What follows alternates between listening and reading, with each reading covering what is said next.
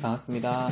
오늘은 저희 학교 신규 선생님께서 예비군을 어떻게 하는지 물어보길래 그냥 뭐 하루 군대 캠프 갔다 온 셈 치고 갔다 와 라고 이야기를 했는데, 생각해보니 많은 신규 선생님들께서 예비군 관련된 정보를 잘 모를 것 같아서 이 영상을 찍게 되었습니다.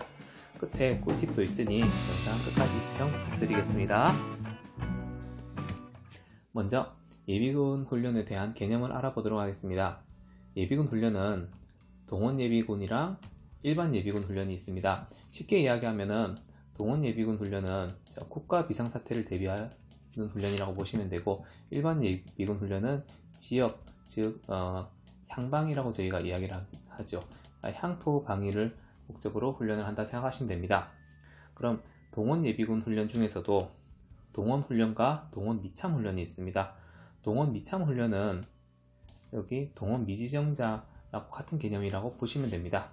자, 어쨌든 동원 훈련에 선택이 된 사람들은 2박 3일간 숙박형 훈련을 받게 되고요. 동원 미참 훈련을 받게 된 선생님들께서는 32시간 출퇴근 교육을 받게 됩니다.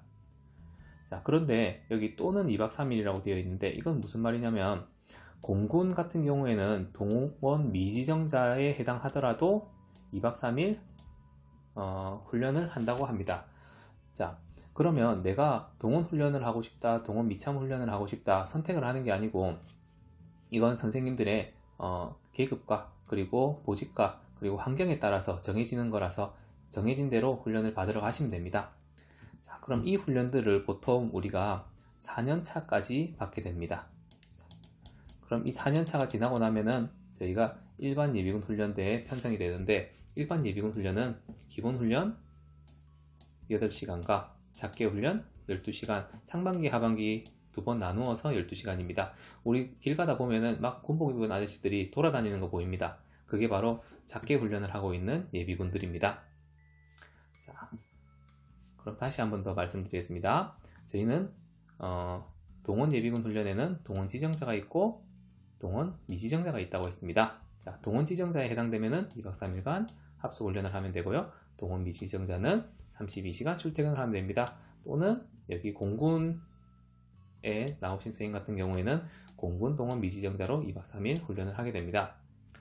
자, 그리고 병사와 이렇게 간부의 차이가 있습니다. 간부 같은 경우에는 그냥 1에서 6년차 동원 지정이든 동원 미지정이든 그냥 2박 3일 훈련한다 생각하시면 되고요.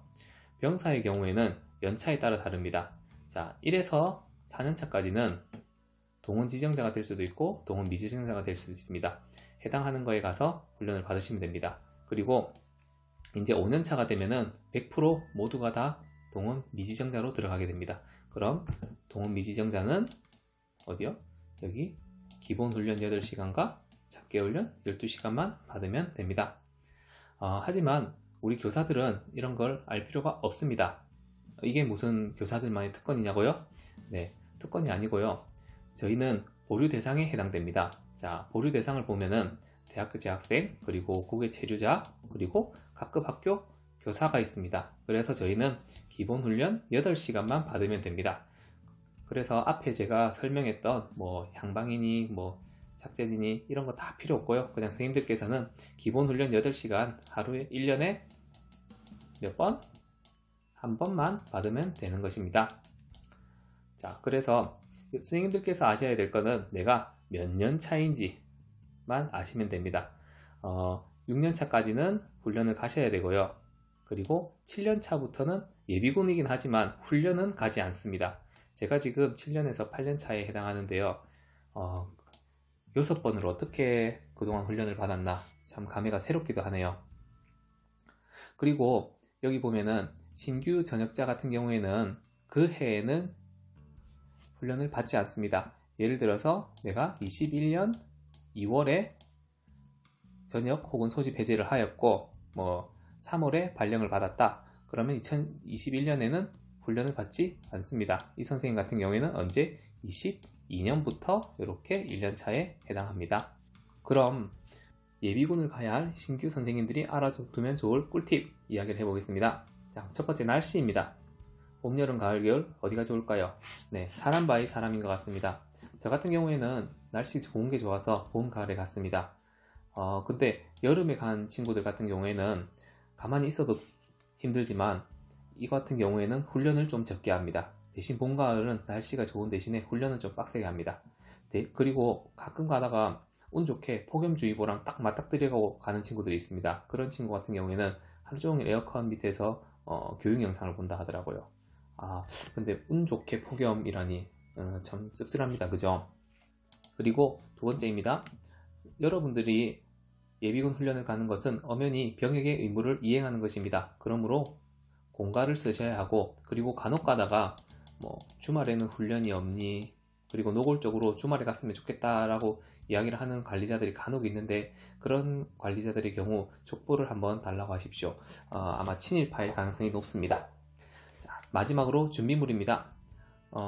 모자를 쓰고 가시면 되고요. 뭐 베레모를 쓰고 가든 창모자를 쓰고 가든 상관없습니다. 자, 군복이 필요하고요. 그리고 군화가 필요합니다.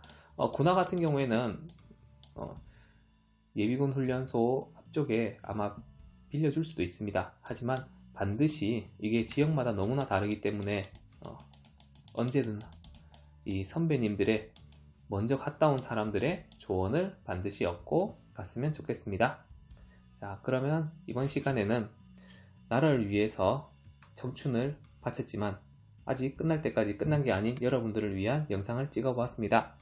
모두들 감사드리고 다음 시간에 또 뵙도록 하겠습니다. 고생하셨습니다.